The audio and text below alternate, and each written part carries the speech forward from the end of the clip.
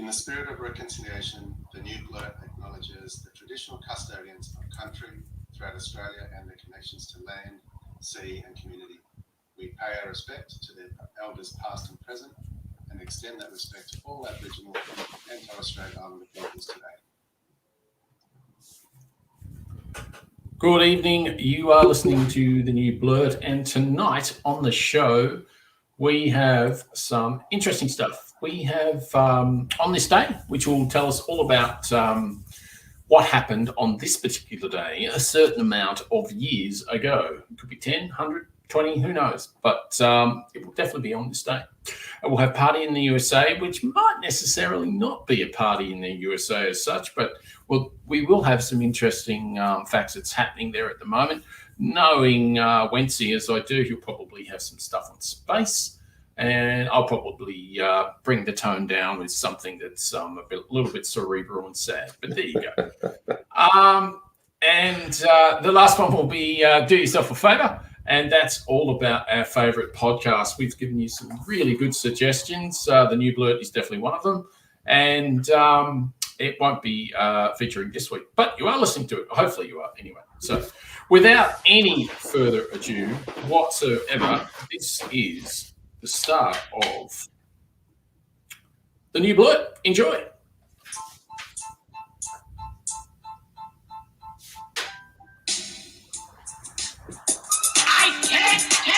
Good afternoon, good evening, good day, and good morning, Blurtsters, wherever you are around the world. You are listening to the Blurt. You absolutely are listening to the new Blurt. You're on with the Kegster and Wency. Good evening, Wency. Good evening, Kegster. How's good old Melbourne this week? Having fun? Good old Melbourne's awesome. I'll tell you what the temperature is. It is exactly 78. No, that's my podcast. No, it's 6. No, sorry, that's my stoppers. No, it's 8. It's 8 degrees. 8, but really. And what are the supplementary numbers? The supplementary numbers are 7. As in 7 more days in lockdown. Oh, yeah. No. Yes. And we've got South Australia in lockdown for a week as well to join you. I think they were feeling left out, I think. Yes, I think they were. I think they definitely were. Those removalists, they get around, I tell you. Oh, they do. And we're about to use some in the coming week or two. So I'll be making sure they haven't been to New South Wales or Victoria or South Australia. Yeah, and make sure they wear masks. Yes. And keep away from them as well. Yeah. So the bad news about removalists, unfortunately, at the moment, is that there were some other removalists that went up north in New South Wales, and they infected their regions up there. And those removalists, I don't think it was the ones that went south. I think it was those removalists have been fined $11,000 each and 6 months jail. Wow. And unfortunately, their sister, who is in her low 50s, died from COVID. I think it was their mother, wasn't it?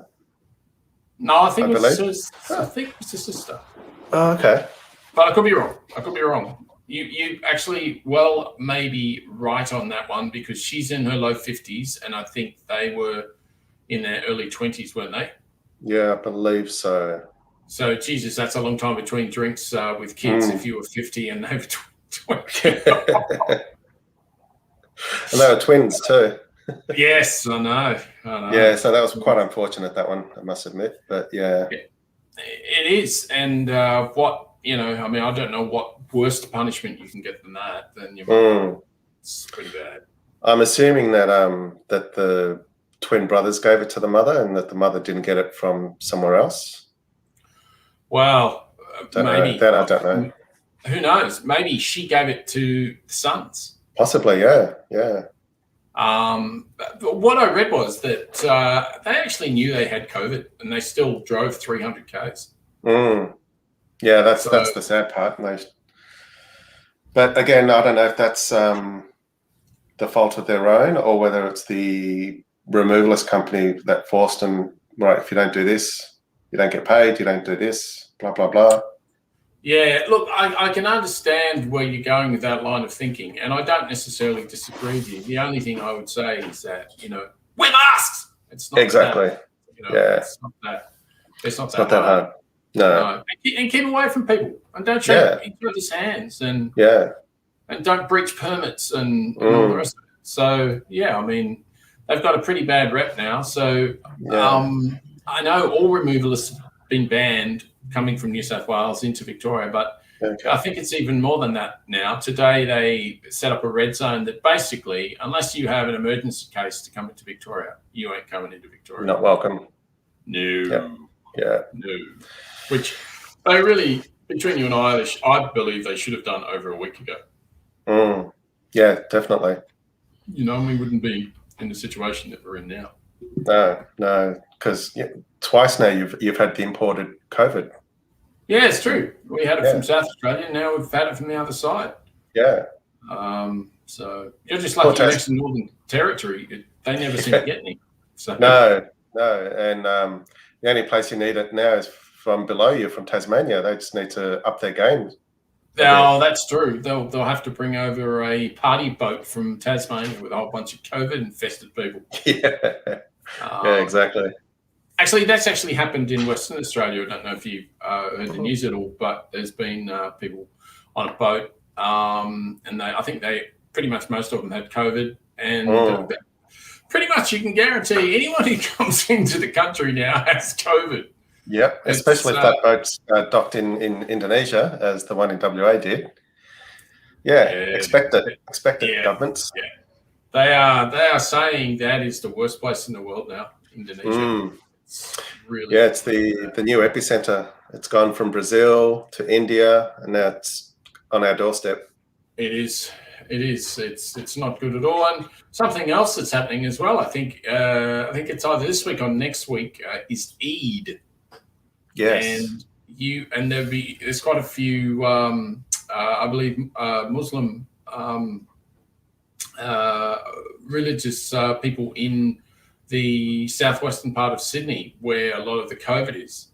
So you would hope that obviously it's going to be very hard for them not to celebrate Eid, but gee whiz, you hope they do it mindfully. Safely and really want them to do it the right way. I don't know what the rules are, but I'm assuming family can't visit other family members that is at the moment. Exactly. So in theory, it should just be celebrating in your own household. Virtually. And maybe virtually, exactly. Virtually. Yeah, virtually. I think so. Will have to be. Yeah, I think so. Well, it'll have to be. But also, I did think about this before we went into lockdown. They just had the Euro 2020 and Italy won. Yes. And there was a whole bunch of Italians, like as they do, hugging and kissing and all the rest of it, strangers. And I couldn't help thinking to myself, and we hadn't even gone into lockdown or anything at that time, but I was just like, I don't think this is good. No, I don't care how happy you are. I don't care how happy you are. Get your tongue out of that guy's ear. It's not on. It's just not on. No. And I wonder if anything got spread at that time. Not just COVID. Yes. Yeah. Yes. That's a very, very, very good call. Very, very cool indeed. But the other good news though. The other good news for the week. Oh, we have good news. Yay. We do. We had good news last week, but no, we have some good news. The good news was that I was looking at the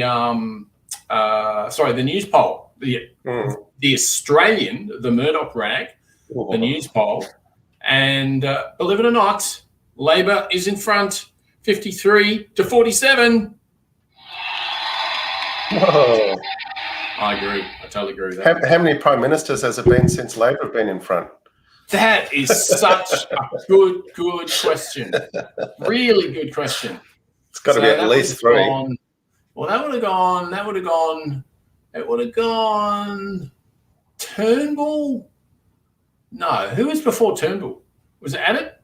Abbott. Yeah, it was. It went Turnbull, Abbott, Turnbull, Morrison. Yes. And then we've had Barnaby Joyce, What's his name? McCormack. And yeah, him. Is it Michael? And then and then Barnaby Joyce. Yeah. It's just a merry-go-round. It's a merry-go-round. Have you heard anything about Albo celebrating the lead, gloating a bit? No, I haven't. Has he been? No, I haven't either. No, I don't know. I'm curious to know. So. I would have thought he would want to be keeping everything on the down low as much as possible at the moment, and just basically let this government just dig their own hole. Because I found out some more information regarding the car parks. There was 660 million spent on car parks, but the car parks were meant to be commuter car parks, which means they were meant to be next to train lines. Okay. And apparently there was actually certain car parks that didn't even have a train line near the car park. So, it's pretty bad. And this isn't coming from this is coming from the Labor Party, but this is coming from the audit office for the Labor Party. So, exactly. Apparently they spent this money one day before. Of course they did. Day before the election. I also heard or read that that was the same people involved in that rort was the same people that did the sports rort with the spreadsheets and everything else. And that would surprise you? No, not surprised, but I did chuckle at it. No. Yeah. I've got some good news as well. I think you have to. Because... Well, that's good. Give us some good news while we're here. Our Premier's left the country. That's not the only good news. Palaszczuk. She's gone to Tokyo. Yeah, Palaszczuk. She's also gone to Tokyo to bring back the Olympics for 2032. So hopefully for next week's episode or show, we'll have some good news that it's coming to Australia. So you honestly think she's going to bring that back? Well, considering Brisbane is the only city and country vying for the 2032 Olympics, if we lose it, I'd be very sad. Well, I've got a few people that are happy about it. People are just ecstatic that you're getting to 2032. 2032. Which is, what are we in 21? So only 11 years' time. Yes, and hopefully it won't be lockdown 537. We do hope that. That is very, very, very true. I said this the other day. I stood with my daughter and I said, I can just see in years to come that we'll be talking and we say, back in my day in COVID-19.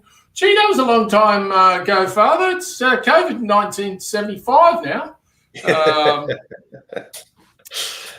know exactly. Actually, talk about 1975. Mm.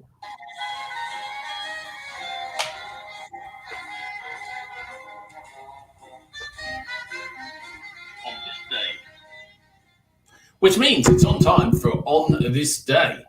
And on this day, as I had alluded to before, is all about what the heck is happening on this day a certain amount of years ago. So, Wency, take it away. Take it away, Sam. Okay, on this day, July 20 in 1969, we had the Apollo 11 crew land on the moon. So Neil Armstrong uttered those famous words, "One small step for man, one giant leap for mankind." So that was 52 years ago. So 52 years ago? Yeah. Well before I was born. That's nuts. So that's actually today, 52 years ago. Yeah. Wow. So they left on the 16th of July. And obviously it took them, doing the maths, 4 days to get to the moon. You're telling the story. Yes. Yes. Sorry, I didn't do those maths prior to the show, so I had to work it out live. So they landed on the moon, did their little experiments, played golf, spoke back to Earth in black and white TV back then. So, it would have been a great viewing experience for all those people back on Earth. all those years ago. Got a Wish I'd have seen it. Sorry. Yes, Go yes, on. yes. No, I was just saying, I've got a small ditty about Edwin Aldrin. Well, not really a ditty, but a tiny story. A mate of mine that I skied with when I was in Canada 20-something years ago, he actually went up in a gondola with Buzz Aldrin. Oh, nice. And he got to have a chat with him all the way up and all the way back. And he said it was pretty fascinating. Yeah, he said it was pretty fascinating stuff. He said it was pretty cool. Gondola being a hot air balloon? Sorry? Hot air balloon? Gondola? No, skiing. Gondola. Oh, skiing gondola. Oh, of Yes. course, yeah. Yeah. Oh, no, nice. not a basket. No, not the basket. Not a basket. Now, the other thing I was going to say, they raised their nation's flag and talked to their president on the Earth 240,000 miles away. Wow. Nice. Totally nuts. Oh, actually, this is really interesting because I mentioned 1975 before, and it wasn't a coincidence. Yes, it was. 1975 USA oil hits $13 a barrel. So price controls on oil were $11.30 a barrel to come into effect when the current oil price controls run out, been voted by Congress and have been passed. But President Carter is likely to veto the bill, which would allow gas to rise, or as we know it, petrol, to rise by 7% per gallon, or as we would know it, a shitload more than a litre, he is concerned that increased reliance on foreign imports by as much as 350,000 barrels per day would not be in the long-term interest of America. The current price controls are due to expire at the end of August. A cost of gallon of gas back in 1975, you know how much a gallon is.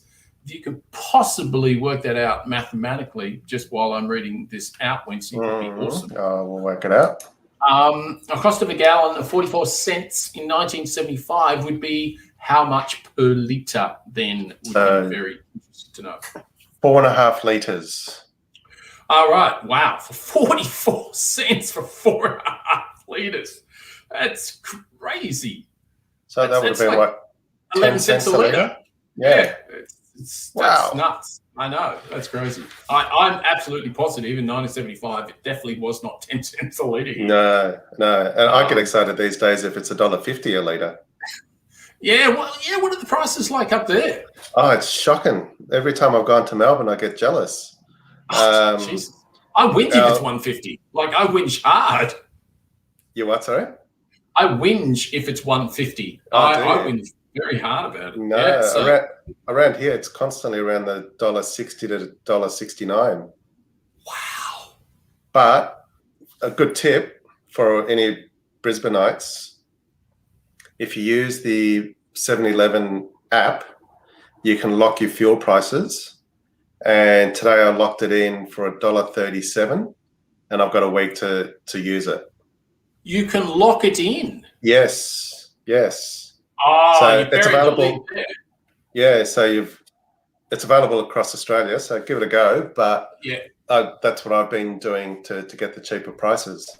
You need to put that in the show notes, my friend, so that everyone can enjoy that little ditty. No, it's a secret, just between you and me, okay?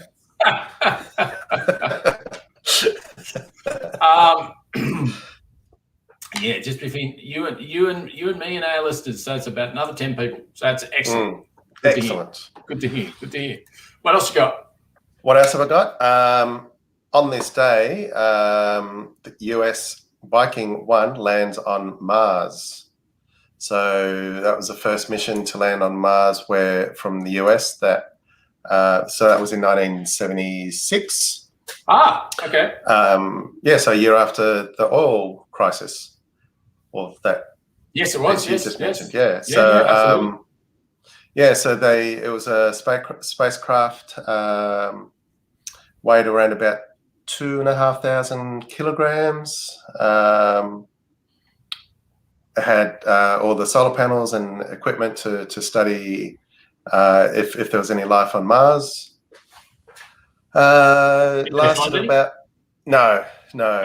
Unfortunately, we're still sending robots out there trying to find it. There's still no definitive evidence or proof. But the Viking 1 lasted about 4 years until it ran out of propellant, and so it just died. What So were I'm they using? assuming- Do you know? What were they using for propellant? Not sure. Wouldn't have been a biofuel, that's for sure. Probably would have been nuclear, I'm guessing. Oh, Jesus! Wow. Although nuclear, you'd think would last a long time. So yeah, I'm not sure. That is interesting. Well, on this day in 1944, it was a good day, but a bad day. Germany assassination attempt at Hitler. As we know, it didn't occur, so that's why it was a bad day. But it was a good day. They had a crack. So Adolf Hitler and 12 of his military and naval leaders were injured when a bomb exploded during a meeting at Hitler's headquarters in an assassination attempt on Hitler. That was in 1944. Oh. Wow, so that was a year before the war ended. Because it was, yes. Yeah. Yep. They couldn't wait to get him out of there. That's a shame it didn't happen. Yes, in 1938. Would have been a good time. Yeah, exactly. Yes. Speaking of deaths, or almost, 1973, Bruce Lee dies. Oh, that's sad. Yeah, very sad. That is sad. People, I couldn't find any other famous people who had died, but people who were born on this day, Sir Edmund Hillary, New Zealand explorer, obviously, who climbed Mount Everest. He was born in Tenzing Norgay. Yes, correct. And however many other crew they needed on that day, and other Sherpas. So he was born in 1919 and he died in 2008. So he was aged 88. Yeah, nice. And Carlos Santana was born on this day in 1947. He was born in Mexico. Wow. So that means, so he's 73 then? 74? Yeah, 74. Yeah. Yeah. So. 74. Wow. Carlos Santana, 74. 74. Yeah, I suppose Eric Clapton's around about that age too. And so is I guess David Gilmour and all of those absolute guns. But it's funny to think they're that old now. But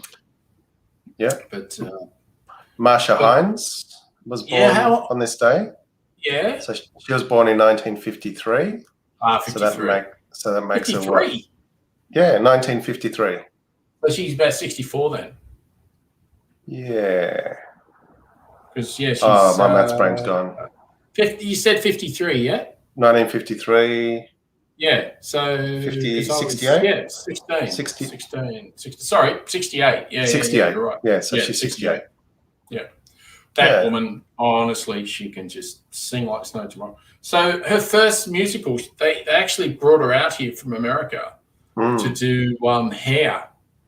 Oh, really? Oh, no. Yeah, that's what they brought her out to do. And I think she stayed. I think that's what happened. I think she just liked it so much she stayed. Or she found someone and she wanted to stay or something along those lines. I'm sure I read her book years ago. I'm sure I did. And it was really good, but it was a long time ago, so I can't quite remember it. Okay. But it was very good. Yeah. Terry Irwin. Yes. Or widow of Steve Irwin was born today, 1964. That's all I've got for births. Well, I've got a couple of just interesting on this day things. They're not necessarily what you call uplifting, but we do have a couple of other segments for that. In 1982, on this day, the IRA bombing campaign started. Which obviously was a wonderful campaign, The IRA is continuing its bombing campaign in the British mainland with 2 IRA bomb blasts in central London in Hyde Park, killing 2 soldiers and injuring 23 others, and other in Regent Park, killing 6 soldiers and injuring a further 24 on this day. I wish I could find some good on this day. I've got a lot of interesting on this day, but it's all a little bit bringing the tone down, unfortunately. Yeah, it doesn't always have to be good, but because hey, that's history. We've got to report on what we've seen or experienced in this world. Actually, I have one here that is particularly poignant. In 2008, on this day, the new Batman movie, The Dark Knight, the Batman sequel, The Dark Knight, opened on this day. By the end of the weekend, the movie broke the record for the biggest opening weekend ever. The movie took 155.4 million, beating the previous record set by Spider-Man 3 in 2007. Which Batman was that? Was that Christian Bale? The Dark Knight. No, The Dark Knight, I think, is Tom Hardy. Tom Hardy. Okay. I think that's the guy. He got like a respirator on his face the whole time. Oh, yeah. I think that's The Dark Knight. Who played Batman? Christian Bale. Was it Christian Bale? Was that him? We've got a bit of homework. We've got a bit of homework to do. We do. We have a bit of homework to do there. Look, I think that is probably enough on this day this week. It's quite a lot going on there, and that has been very, very enlightening. But now it's time. It's time for...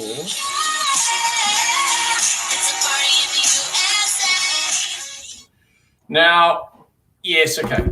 I'm not trying to, honestly, God, I'm not trying to bring the tone down. I'm not trying to. I'm not by design.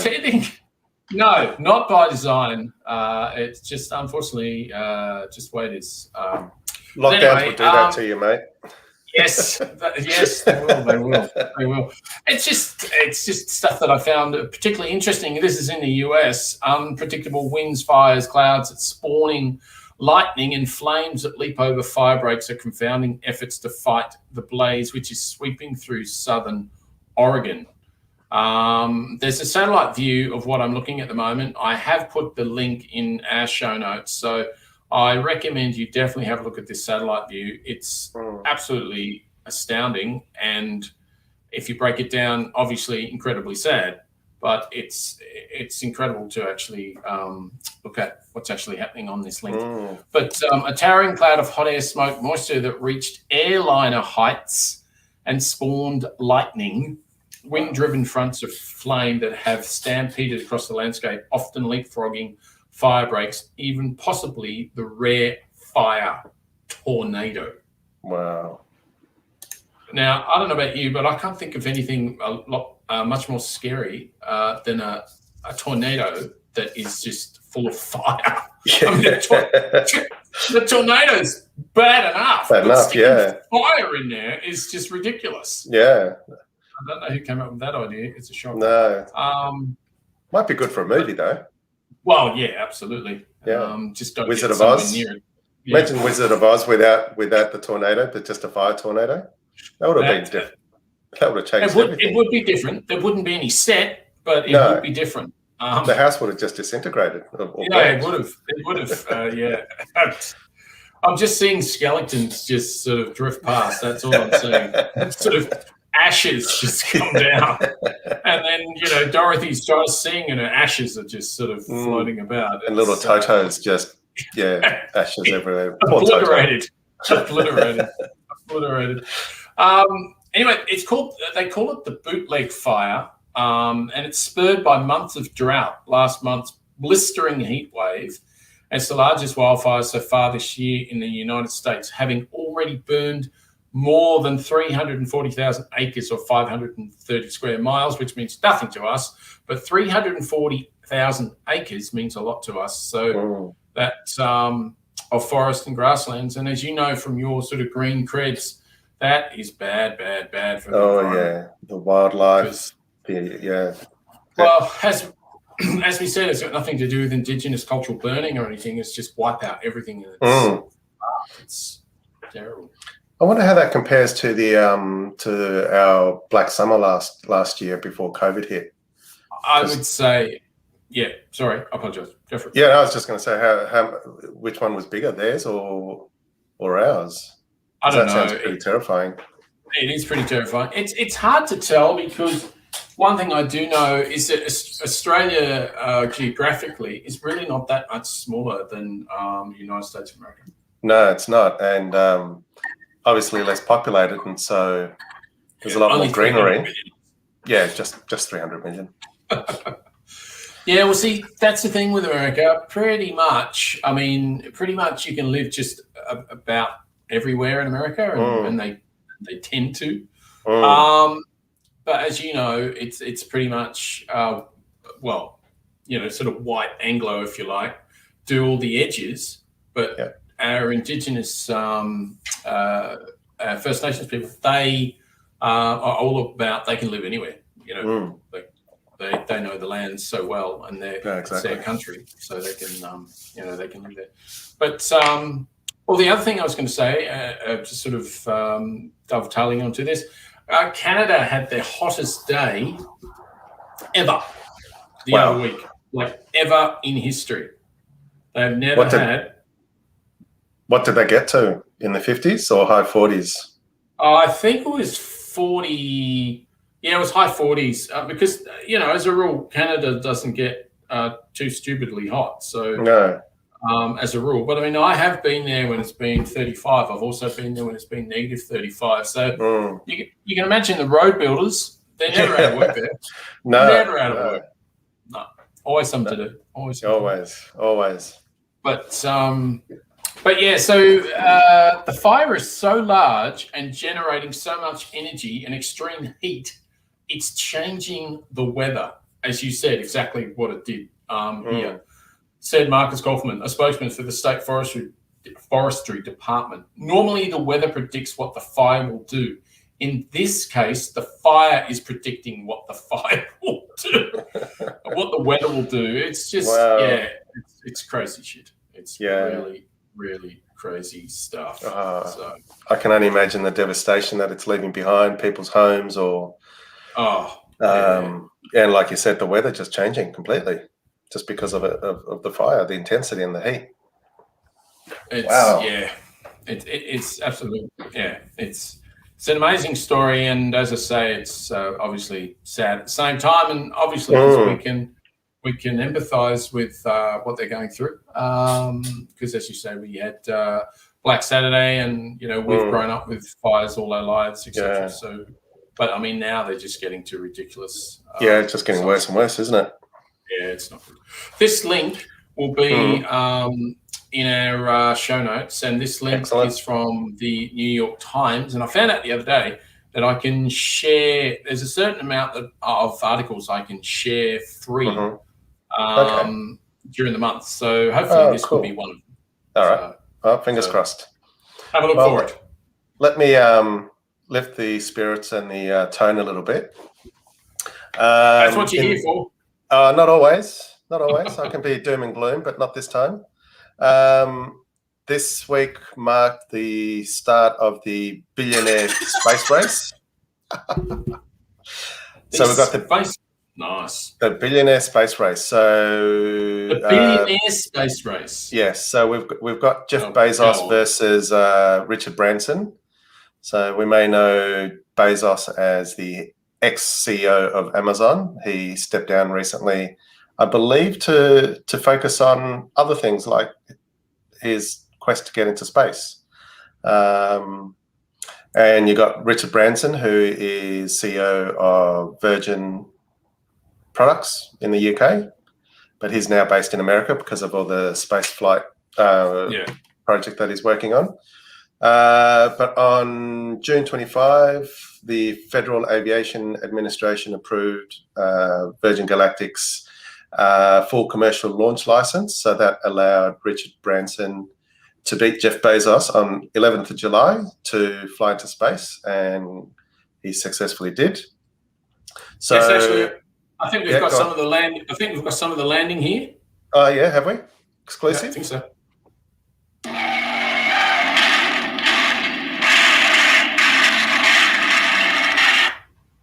Yeah, nice job. I'm assuming he had some. I'm assuming he had some safety airbags to soften the blow. So it sounds like it. Because he did live to tell the tale. So yeah.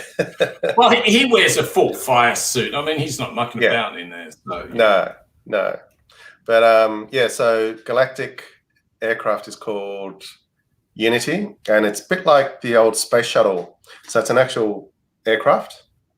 Yeah. And it's attached to a bigger aircraft, and it gets piggybacked up to a certain altitude in the atmosphere, then gets released, then it takes off, a bit like the old space shuttle used to when it first started.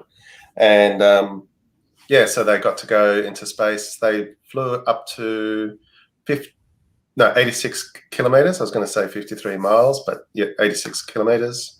And they were in weightlessness for about 3 to 4 minutes. The whole mission lasted about an hour and a half for the crew. So that was flown by 2 crews and 3 crewmates. So Jeff Bezos missed out on being the first billionaire into space. But he is due to fly into space in his space dildo. Yes, you heard that right. That's what it looks like to me. And I will never get that image out of my head. Do yourself a favor. Look it up. Look up Blue Origin, and it looks, I would have called it Blue Vein, but hey. Sorry for all those kids listening. So he is due to eject out of our atmosphere. Just gets worse. It does. So I'm bringing the tone down tonight. Sorry.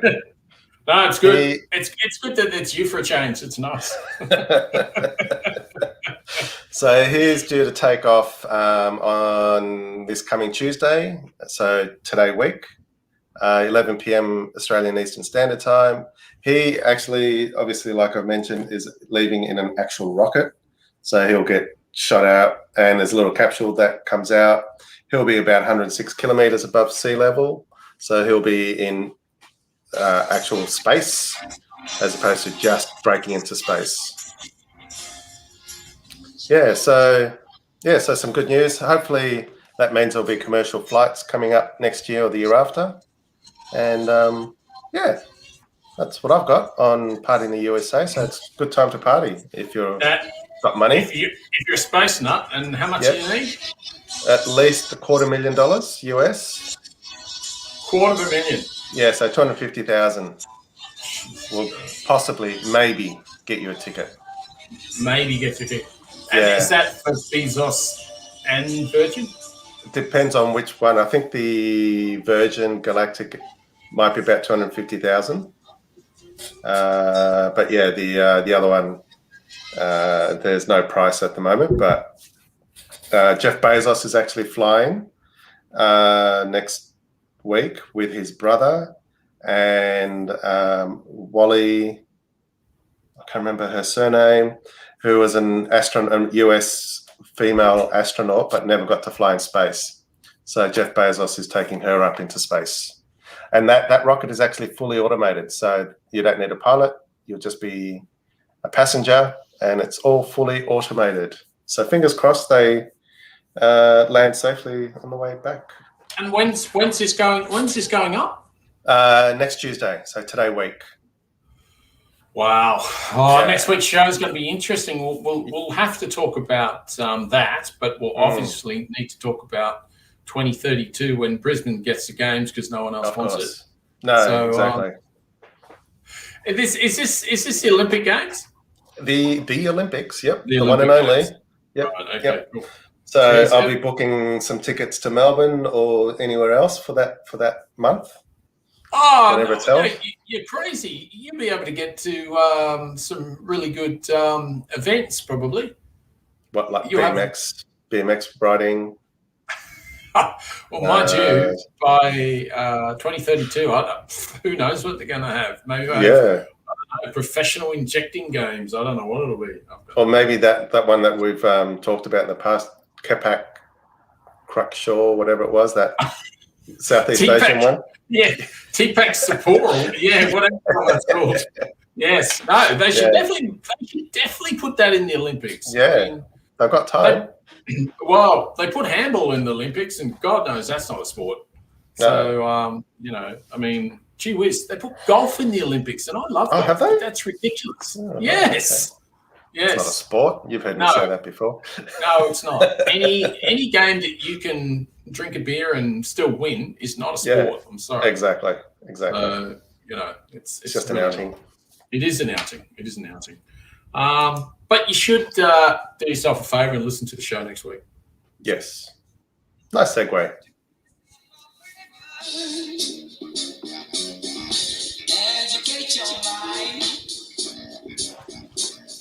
Yeah, so do yourself a favour, all about your best podcasts. And Wency and I, when we get half a moment, probably a little bit, I probably a little bit more than Wency, listen to podcasts for hours because I'm insane. But I do have some really good ones and ones that I would highly recommend. And where you can get them from most of your good aggregators, podcast aggregators. I've got a couple here. I've got three that I'm going to mention. One's called Science Friction.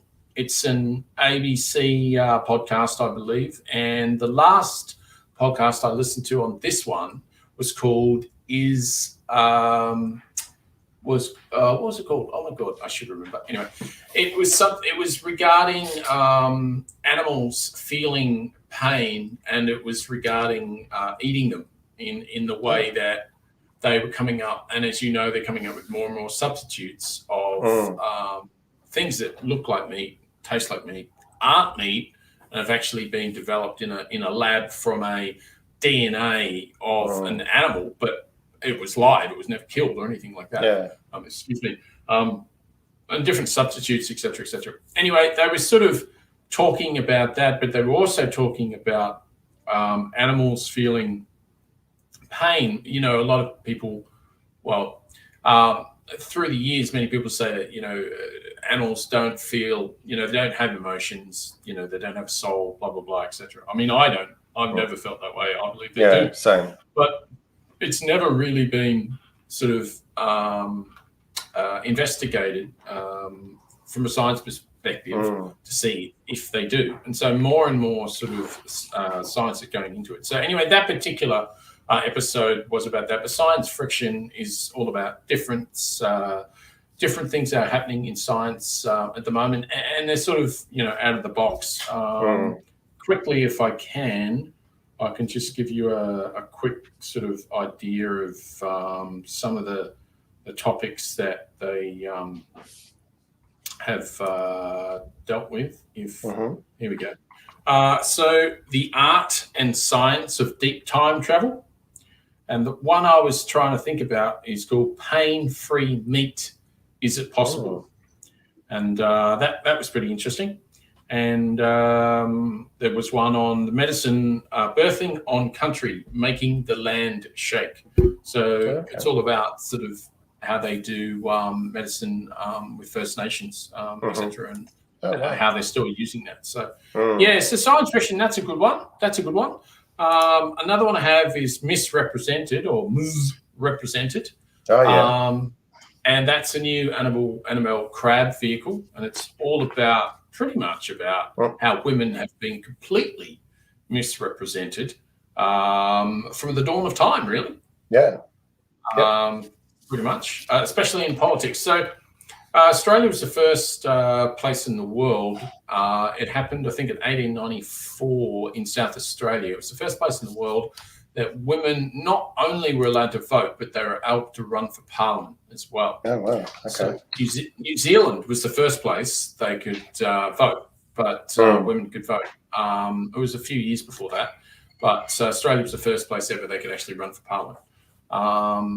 And it was interesting because the way that the men designed parliament was what they would do is that they would design the chairs, etc., so that they were like 1.5 sword lengths apart from each other, etc., etc. So there's just so much patriarchy in the way the whole thing's designed. Women were never even taken into consideration. So much so that the Parliament House has never even had a women's toilet for the longest time.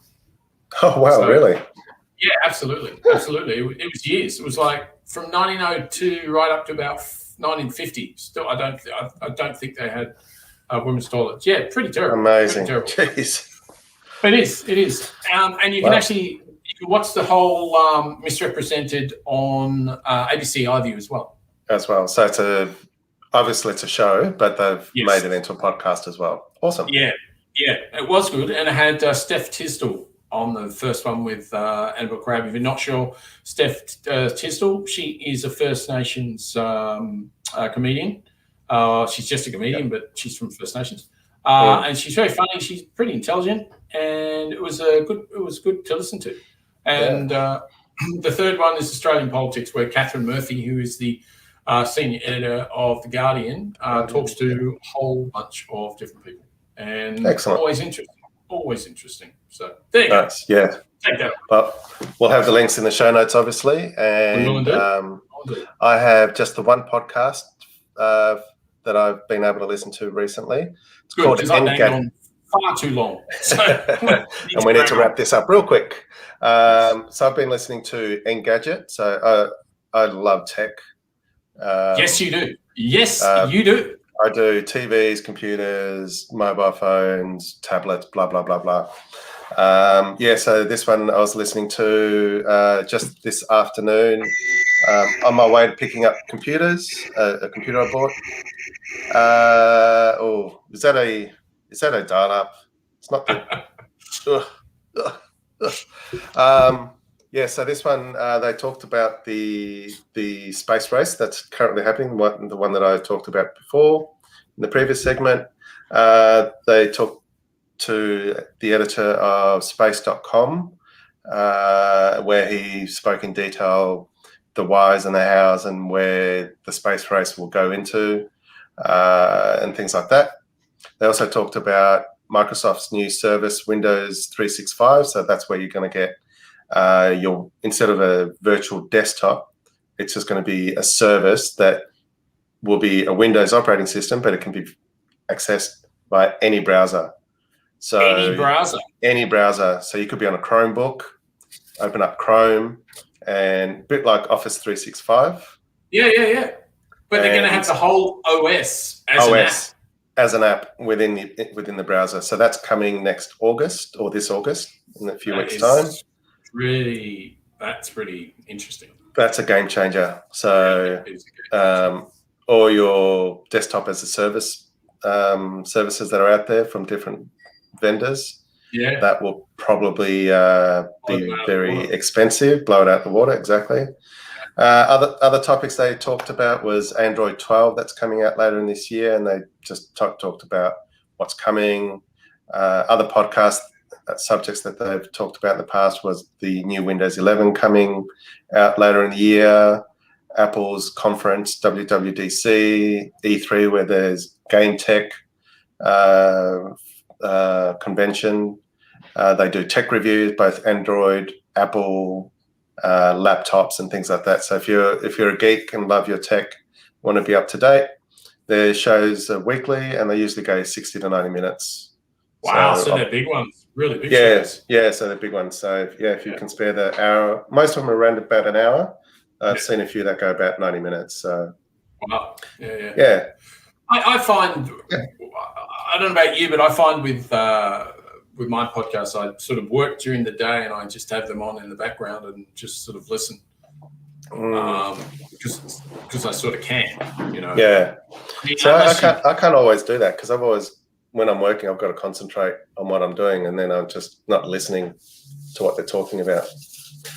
So I'll do it in the car or dedicate half an hour and just listen to something. It's any way I can do it. Yeah. Well, I mean, like today, it was a bit of a rubbish day at work today. And I did have to concentrate a bit too much. So there was too much podcasting happening. But a lot of times, I can just crack on with whatever I'm doing. I've done it for a very long time. So I think that's probably why. I multitask a lot. I mean, I listen to music and read books and all the rest of it. So, all at the same time. Yeah. Yep. I don't know. I think it's because I'm a bit deaf. That's why. Okay. Yeah, fair enough. It's sort of just like a white noise sort of thing. Yeah, true. That's awesome, Matt. Yeah. Sorry, Anyway, go on. No, go for it. No. I was just going to say, I've got to concentrate when I'm listening to podcasts. Yeah. So I can't just have it as background noise. Yeah. I sort of just dial in and I'll hear something and I'll go, oh, okay. And then I'll dial in again and do whatever. And fair enough. So, all right. Well, look, people, that is your show tonight. We've banged on enough. Wency's given you some really good stuff there. We're going to. So have you. You've done great. We are going to. Sorry, people. We are going to just wrap up the show now. We'll make sure that these things are in the show notes. So it's good night for me. It's good night from you. It is. Always look on the right side of life. For life is quite absurd. Don't forget to visit us on our Facebook page or Twitter, which will be in the show notes. Leave us a message, comment. Write to us on blurtstar@gmail.com. And we'll answer. We will answer any questions